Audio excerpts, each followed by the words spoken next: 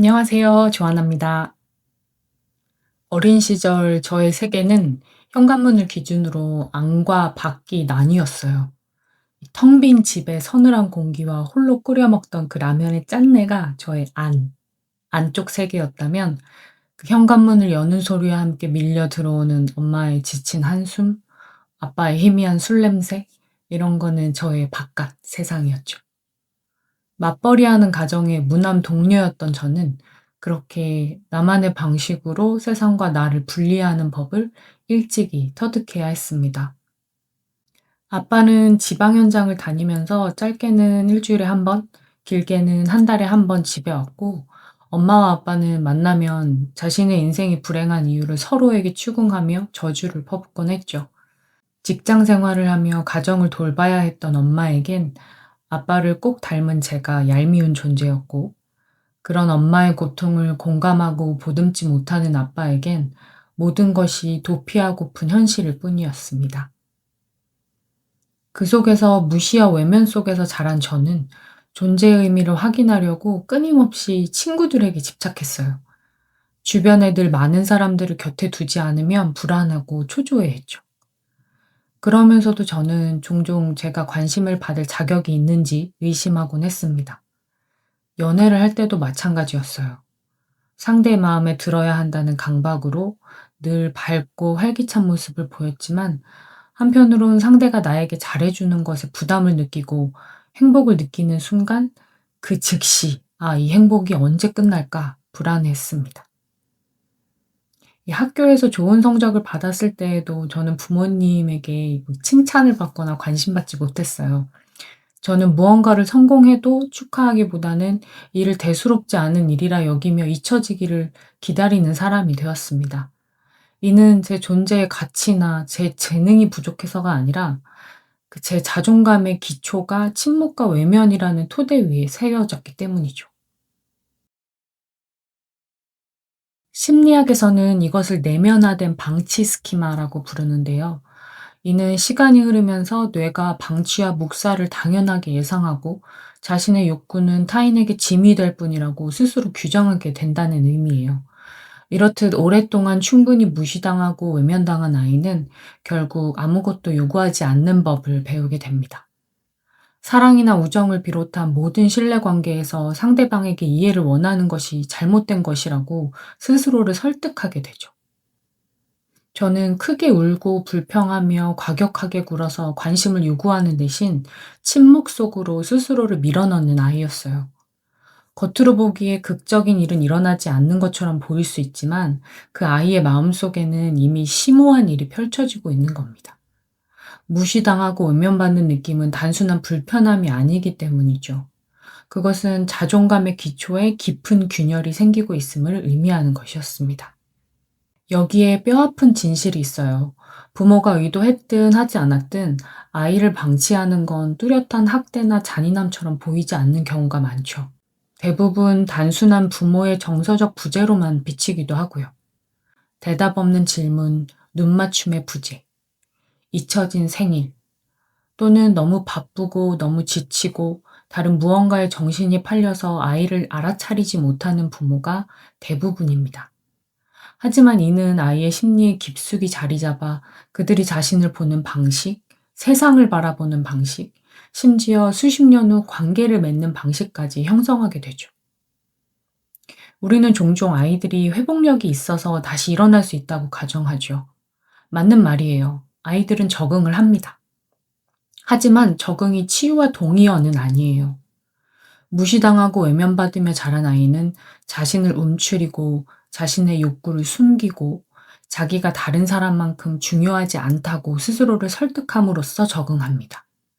그리고 이러한 적응은 어린 시절을 살아남을 수 있게 하지만, 그들이 인식조차 하지 못하는 방식으로 성인 시절을 조용히 괴롭힐 수 있어요. 심리학적 관점에서 인정은 단순히 기분 좋게 느끼는 것, 그 이상입니다. 인정은 바로 생존의 문제예요.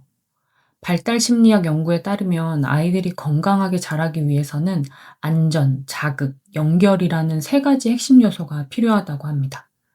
이 중에 하나라도 빠지면 발달에 영향을 미친다고 하죠. 또한 이 중에서 가장 중요한 건 연결이에요. 즉, 아이가 부모에게 충분히 인정받고 부모가 아이의 말에 귀 기울이고 아이가 스스로의 가치를 느끼는 것이 정체성 형성에 가장 큰 영향을 미치는 거죠.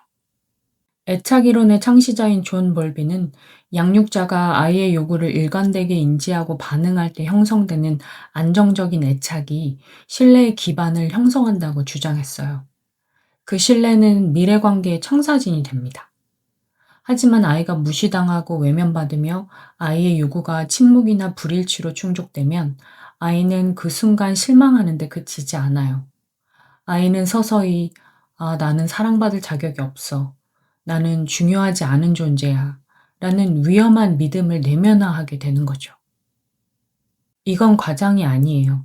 신경과학 연구에 따르면 아이가 관계를 맺으려는 시도가 반복적으로 무시당하면 뇌는 이를 위협으로 해석한다고 합니다. 스트레스 반응이 활성화되고 코르티솔이 넘쳐나죠. 시간이 지남에 따라 이는 거절을 예상하도록 신경계를 재구성할 수도 있습니다. 자연스럽게 아이의 기준은 불안이 되고 감정 조절은 취약해지죠. 그러나 겉으로 보기에는 그저 조용한 아이처럼 보일 수도 있어요. 아이가 노골적으로 학대받을 때는 그 상처가 분명하게 드러납니다. 하지만 아이가 무시당하고 외면받을 때는 그 피해가 눈에 잘 띄지 않고 미묘하지만 그만큼 현실적이죠. 아이는 대답을 기대하지 않기에 질문을 멈춰요. 아무도 반응하지 않기에 흥분을 멈출 수도 있죠. 시간이 지남에 따라 아이는 육체적으로가 아니라 감정적으로 사라지기 시작합니다. 심리학자들은 이를 정서적 방치라고 부르기도 하는데요. 정서적 방치는 눈에 보이는 흉터를 남기지 않아요. 대신 영혼에 희미한 얼룩을 남기죠. 아무리 닦아내도 지워지지 않는, 나조차도 언제 생겼을지 모르는 얼룩. 그 얼룩 때문에 저는 늘 세상의 빛을 정면으로 마주하지 못하고 언제나 스스로 그늘을 찾아 숨어들었습니다. 이러한 흉터는 무시당하고 외면받은 아이가 누군가와 친밀감을 쌓거나 꿈을 쫓거나 삶의 목적이나 의미를 찾으려고 할 때 성인이 되어서야 완전히 드러나는 경우가 많고 과거에 조용하고 치유되지 않은 상처와 곧바로 마주하게 된다고 해요. 어린 시절의 정서적 방치는 성인이 된 후 낮은 자존감이라는 그림자를 길게 들이웁니다. 자신의 생각에 아무도 관심 없을 것이라는 믿음은 생각을 공유하기를 주저하게 만들고 거절에 대한 깊은 두려움은 관계 자체를 피하게 만들죠. 반대로 어떤 사람들은 다른 사람을 행복하게 해주기 위해 안간힘을 쓰면서 필사적으로 인정을 갈구하기도 합니다. 마음속 깊은 곳에서는 여전히 어린 시절 놓쳤던 그 인정을 받으려 애쓰고 있기 때문이죠. 예를 들어 학교에서 그린 그림을 자랑스럽게 내밀었지만 부모의 무관심 속에 외면당했던 아이는 그 경험이 수십 번 반복되면서 흥분과 자부심 같은 감정을 혼자 간직하는 법을 배워요. 결국 그 아이는 자신의 성공마저 중요하지 않다고 치부하면서 스스로를 무시하는 어른이 되어버리는 것이죠. 2019년에 발표된 아동 심리학 및 정신의학 저널의 연구에 따르면 아동기의 정서적 방치는 사회적 환경과 관계없이 성인기의 만성적인 외로움과 밀접한 관련이 있다고 밝힙니다. 다시 말해 그 어른에게 친구, 가족 또는 파트너가 있더라도 조용한 내면의 공허함이 남아있는 경우가 많다는 것이죠. 자녀를 무시하는 대부분의 부모는 잔인해서 그러는 게 아니에요. 스트레스, 경제적 어려움, 정신건강 문제 또는 아이에 대한 인정이 얼마나 중요한지 이해하지 못하기 때문입니다. 스트레스가 심한 직업을 가진 부모는 아이에 대한 감정적 에너지가 거의 남아있지 않을 수 있죠. 우울증을 겪고 있는 부모는 자녀의 관심에 대한 요구를 알아차리기 어려울 수도 있습니다. 그리고 현대에는 디지털 기기와 넘쳐나는 콘텐츠 등이 가족 생활에서 끊임없이 집중력을 앗아가죠. 무시당하고 외면받는 아이의 심리를 이해하는 것은 바로 이 지점에서 중요해집니다. 인식이 이 악순환의 고리를 끊는 첫 번째 단계이기 때문입니다. 무시당한 아이들은 종종 겉보기엔 강점처럼 보이는 생존 전략을 개발합니다. 어떤 아이는 누구에게도 의지하지 않으려 맹렬하게 독립적이 되고 어떤 아이는 인정을 받기 위해 완벽을 추구하는 높은 성취자가 되죠. 또 어떤 아이는 갈등을 피하려 타인의 감정을 먼저 헤아리는 깊은 경청자가 되거나 깨지기 쉬운 관계를 지키려 자신을 희생하는 평화 유지군이 되기도 합니다. 하지만 이런 강점의 이면에는 깊은 피로감이 자리하고 있어요. 맹렬한 독립성은 타인을 신뢰하는 것을 어렵게 만들고 높은 성취욕은 결코 만족할 줄 모르는 완벽주의로 이어집니다. 늘 남을 먼저 챙기는 이타심은 정작 자신의 필요를 돌아보지 못하게 만들어 그들의 내면은 조용한 아픔으로 가득 차게 됩니다. 아마도 가장 가슴 아픈 케이스는 그 어떤 노력도 더 이상 하지 않는, 아예 모든 것을 멈춰버린 아이일 거예요. 어차피 아무도 신경 쓰지 않으면 왜 애써야 해? 라고 결론 짓는 아이 말이죠. 이 아이는 종종 어른이 되어서도 무관심과 냉소적인 태도를 유지하며 동기부여나 야망, 희망을 갖는데 어려움을 겪습니다. 무시당한 아이들은 자신의 경험에 대해 거의 이야기하지 않아요. 자신이 보이지 않는 존재라고 느끼는 것을 어떻게 설명할 수 있겠어요? 그들에겐 극적인 이야기도, 불평불만을 늘어놓거나 지적할 사건도, 보여줄 흉터도 없습니다. 오직 침묵만 있을 뿐이죠. 중요했어야 했지만 그렇지 못했던 순간들에 대한 기억, 그리고 그 침묵 자체가 장벽이 되는 것입니다. 무시당하며 자란 아이는 성인이 되어서도 자신의 존재가 또다시 묵살당할까 두려워 도움을 구하는 것 자체를 망설이는 경우가 많아요. 그들은 테라피스트와의 상담에서도 자신의 경험을 축소하는 경향이 있죠. 저에게 정말 나쁜 일은 없었어요 라고 말하는 경우가 많다고 합니다. 하지만 필수적인 무언가의 부재, 그 자체가 트라우마예요. 이는 마치 공기가 없는 집에서 자라는 것과 같죠. 살아남았다고 해서 자유롭게 숨쉬고 있다는 의미가 아닌 겁니다. 장기적인 영향은 현실적이며 측정이 가능해요. 미국 국립정신보건연구원의 연구에 따르면 아동기의 정서적 방치를 경험한 성인은 불안과 우울증을 앓고 친밀한 관계 형성에 어려움을 겪을 위험이 더 높다고 해요. 하버드 아동발달센터의 또 다른 연구에서는 아동기의 지속적인 인정은 회복력과 관련된 신경 경로를 강화시키는 반면 방치는 이를 약화시킨다고 지적합니다. 다시 말해 아이를 충분히 인정하는 건 사치가 아닌 발달의 필수 요소인 것입니다. 그렇다고 해서 무시당한 모든 아이가 불행해진다는 의미는 아니에요. 많은 아이들이 보이지 않는다는 것이 어떤 느낌인지 알기 때문에 동정심 많고 사려 깊은 어른으로 성장합니다. 하지만 그들의 여정이 종종 더 힘든 건 사실이죠. 그들은 질문하는 방법조차 알기 전에 심어진 믿음을 알아차리는데 수년을 보내기도 합니다. 그렇다면 치유는 어디에서 시작될까요? 그것은 완벽함에서 오는 것이 아니에요. 즉시 자신감을 갖는 것이 아닌 인식에서 출발해야 합니다. 스스로에게 이렇게 말해보세요. 그때 나에게 일어난 일은 중요했다. 나의 존재는 소중했다. 나의 고통은 정당하다. 그리고 지금은 어른이 된 무시당한 아이에게 종종 자신이 받지 못한 인정을 스스로에게 주는 거예요. 자신의 작은 성공이나 승리를 축하하기 위해 잠시 멈출 수 있어야 합니다. 그리고 자신의 감정을 소리내어 말하는 연습도 중요해요. 심지어 자신에게만이라도 자신이 생각하고 느끼는 것이 중요하다고 감히 믿는 것입니다. 연애 관계에서는 이러한 패턴이 훨씬 더 심오하게 나타날 수 있는데요. 어릴 때 무시당했던 일부 성인들은 애정에 굶주리게 되어 자신에게 관심을 보이는 사람에게 필사적으로 매달리게 됩니다. 반대로 감정적인 거리를 두면서 친밀함을 위험하게 느끼는 사람들도 있어요. 이 두 가지 반응 모두 같은 뿌리에서 비롯됩니다. 사랑이 사라질 것이라는 두려움, 그리고 자신의 욕구가 충족되지 않을 것이라는 예상이죠. 하지만 여기에는 역설이 있어요. 무시당한 아이는 다른 사람에게 보이지 않는 고통을 알기 때문에 가장 공감 능력이 뛰어난 성인이 되는 경우도 많습니다. 그들은 다른 사람의 감정에 대한 민감성이 높아요. 발달 심리학 연구에 따르면 방치된 아이들은 종종 강력한 관찰 기술을 개발한다고 합니다. 자신의 생존이 달려 있었기 때문에 사람들의 얼굴 표정과 목소리 톤, 미묘한 감정 변화를 읽는 법을 본능적으로 배우죠. 언제 말해도 안전한지, 언제 침묵만이 유일한 선택인지 감지해야 하기 때문입니다. 이러한 과도한 인식은 성인이 되어서는 선물이 될 수 있어요. 하지만 여기엔 큰 대가도 따르죠. 자신에게는 무관심한 채 다른 모든 사람에게 모든 것을 맞추게 될 수 있거든요. 또한 정서적 방치는 성인이 된 후 정체성의 혼란으로 이어지기도 합니다.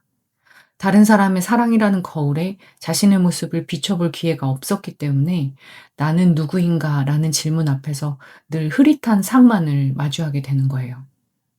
그래서 끊임없이 타인의 인정을 구하게 되는 것이죠.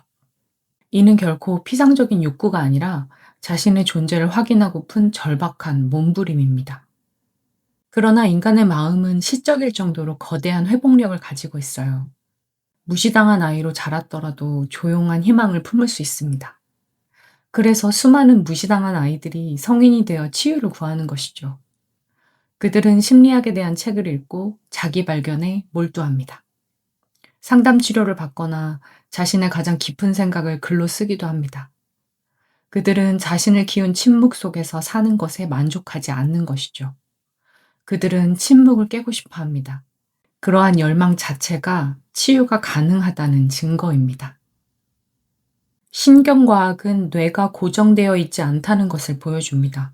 뇌는 적응하고 변화하고 재구성됩니다. 즉, 아이가 무시당하며 자랐더라도 성인이 되어서 새로운 패턴을 만들 수 있다는 거죠. 자신이 하는 말을 누군가가 경청할 때 뇌는 안전을 감지합니다. 경계를 설정하고 그것이 존중될 때마다 신경계는 신뢰를 배웁니다. 건강한 관계를 맺는 매 순간은 마치 물방울이 떨어져 오래된 상처의 돌을 닳게 하는 것과 같죠. 치유는 극적으로 이뤄지지 않아요. 저의 첫 혁명은 거창하지 않았습니다. 저는 매일 아침 명상을 하면서 어린 시절 제가 가장 외롭고 상처받은 시간과 공간으로 돌아가서 그때의 어린 나와 마주합니다. 그리고 그 아이를 꼭 안아주면서 괜찮아. 너는 너무 귀한 존재야.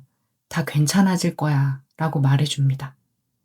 늘 다른 사람의 의견을 먼저 묻던 제가 카페에서 처음으로 저는 이게 마시고 싶어요. 라고 말했던 순간. 거절당할까봐 두려워서 늘 침묵하던 제가 친구에게 지금은 내 이야기가 더 중요해. 라고 용기 내어 말했던 그 순간. 그 작은 균열로부터 저의 단단했던 침묵의 세계는 비로소 무너지기 시작했어요. 이 작은 순간들이 모여서 오랜 시간 익숙해진 침묵에 맞서 싸우는 것, 그 자체가 혁명입니다. 물론 이 모든 것이 쉽지 않은 여정이에요. 무시당한 아이들은 거절을 무엇보다 두려워하는 어른으로 자라죠. 그래서 입을 여는 것이 끔찍하게 두렵게 느껴질 때도 있어요. 경계를 설정하는 것이 배신처럼 느껴질 수 있고요. 도움을 요청하는 것이 약점처럼 느껴질 수도 있죠. 하지만 두려움에도 불구하고 그러한 일을 할 용기를 가져야 해요. 그렇게 서서히 자아를 회복시켜야 합니다.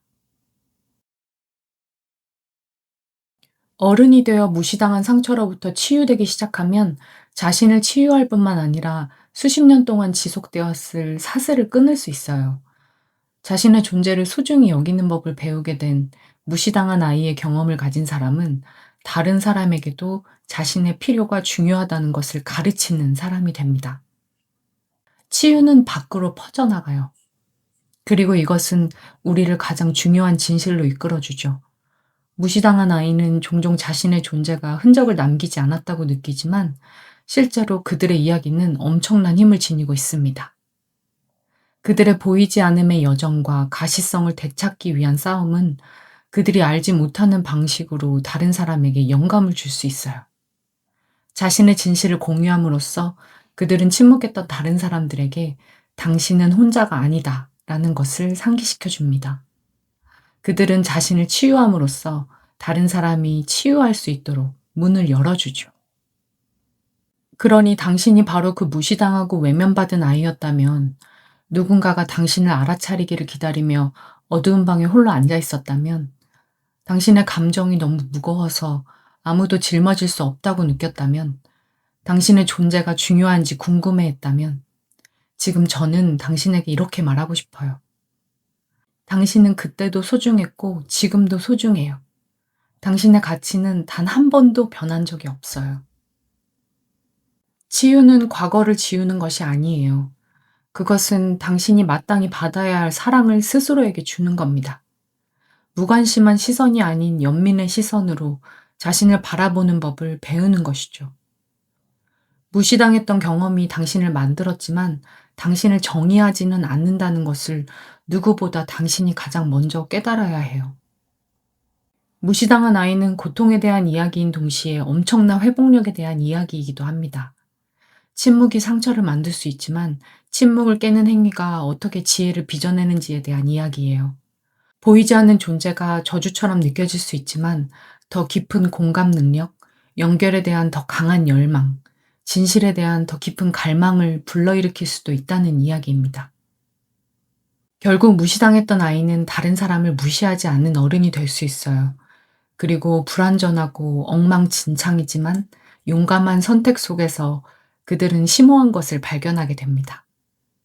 그들은 결코 보이지 않았던 것이 아니라 단지 보여지기를 기다리고 있었을 뿐이에요. 지금까지 조아나의 아일랜드였습니다. 이 이야기가 마음에 드신다면 좋아요와 구독으로 응원해 주시고 우리는 여기서 다시 만나요.